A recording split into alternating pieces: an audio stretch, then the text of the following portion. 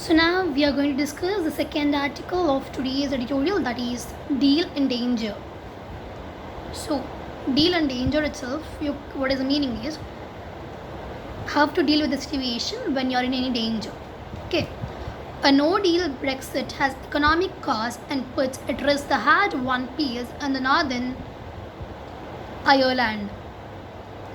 British Prime Minister Boris Johnson moved to set an October 15 deadline for reaching a post-Brexit UK EU trade deal has raised fears of a no-deal scenario.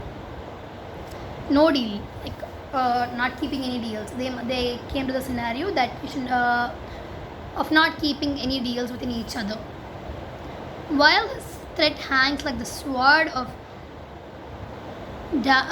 Damocles about the negotiating teams, the British government is reportedly planning a piece of legislation that would override parts of the withdrawal agreement, the divorce deal signed. So, firstly, the deal is between this one, UK and EU.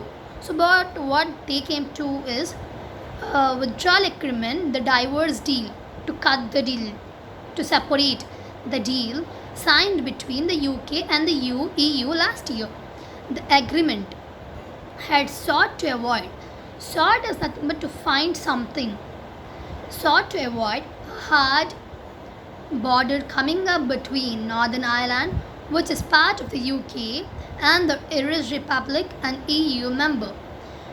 According to the Northern Ireland Protocol, signed alongside the agreement, the region is expected to follow some EU rules in trade with the Irish Republic.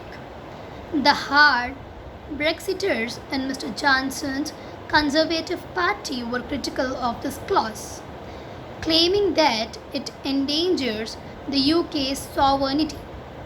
Now, the planned domestic legislation, the Internal Market and Finances Bill, will allow UK courts to follow the new UK laws rather than the divorce agreement. So, the agreement was divorced, right? So, UK can follow the new rules now, what they want. Okay. Without following the agreement which was separated, Northern Ireland's leaders have already called it a betrayal. The real risk of cutting the region of the EU customs code is that physical checks could emerge between the the two Irelands, threatening the Good Friday Agreement that brought peace. Though the UK formally exited the Union, it continues to abide by the EU rules during the transition period, which ends in December. The challenge is to reach a trade deal in the absence of which WTO trade rules will kick in starting January. With weeks to go before the decline, there is still no consensus, means agreement, concord, harmony.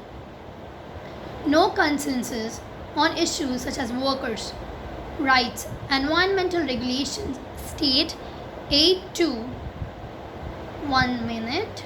Wait. So, where are we?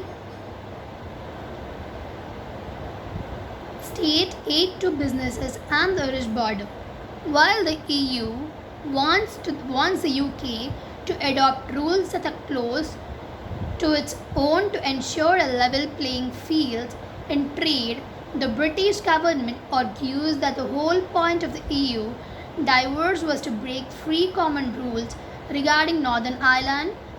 The hard Brexiters are opposed to any special treatment to the region.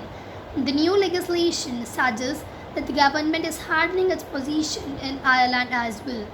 Driven by English nationalist fervour, the British leadership appears to be blind to the economic and political consequences of its hard line. The Brexiters have already pushed the UK into an unenviable position in Europe. A no-deal exit will inflict severe economic costs on the British at a time when the economy is in dire straits due to the COVID-19.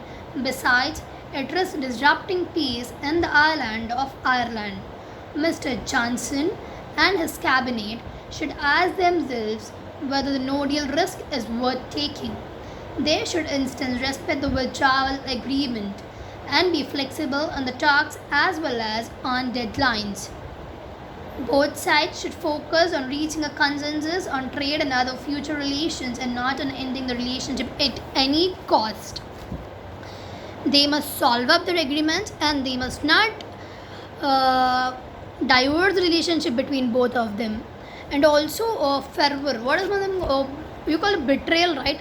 And the word meaning of word betray is be disloyal or be unfaithful. He was accused of betraying his country during the war. And fervor, intense passionate feeling, passion, zeal, vehemence. The country was swept by patriotic fervor and also dire, extremely serious or urgent, terrible, dreadful. These people are in dire need of help. Okay, so I hope that every one of you have understood the second article and also the first article, and I thank every one of you for watching my video. Thank you, everyone.